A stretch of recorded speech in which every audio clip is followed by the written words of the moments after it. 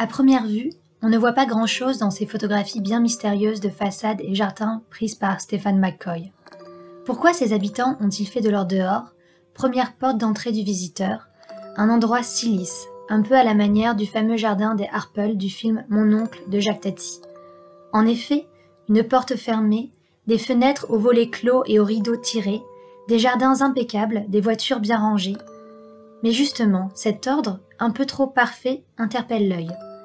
Il nous rappelle ces myriades de maisons anglaises devant lesquelles nous passons, dans lesquelles rarement nous entrons, et qui enferment mille histoires dont nous ne connaîtrons jamais les secrets, les habitants, les discussions, les rires. Il nous donne également des indices sur le sentiment de confort que l'on pourra trouver à l'intérieur. On n'aimera pas forcément la décoration, les couleurs choisies au mur, un bleu pâle, un jaune tiède, le cadre au-dessus du canapé, un peu de travers, l'évier en forme de coquillage. Mais qu'est-ce qu'on sera bien dans ce fauteuil en cuir usé, nos pieds plongés dans une moquette beige moelleuse, une odeur de black tea et de scone parvenant jusqu'à nos narines, et un chat doucereux sur nos jambes allongées. Doucement, alors, on se délaissera d'entendre tomber la pluie grise et froide, qu'on apercevra par intermittence à travers des rideaux blancs en dentelle, et on se félicitera par la même occasion de ce gazon impeccable qui entoure les murs de la maison, de ces roses rouges qui poussent fièrement chaque année à la même date, et qu'on a cherché si longtemps.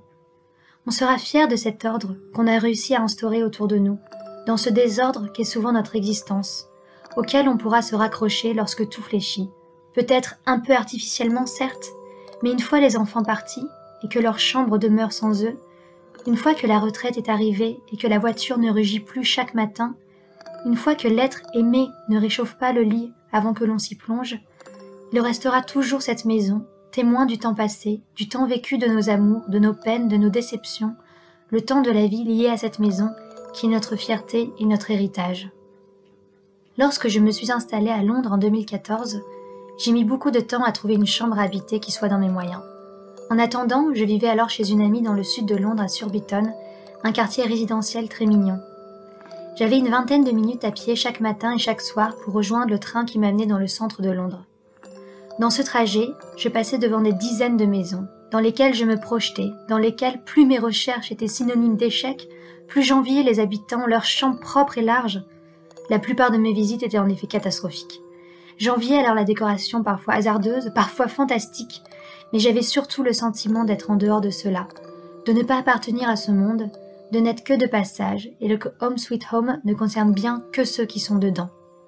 Aujourd'hui, je vais encore souvent au Royaume-Uni et je reste fascinée par ces maisons qui renferment en elles un monde bien à part, bien personnel, impénétrable de l'extérieur et si riche en promesses pour ceux qui le regardent de dehors.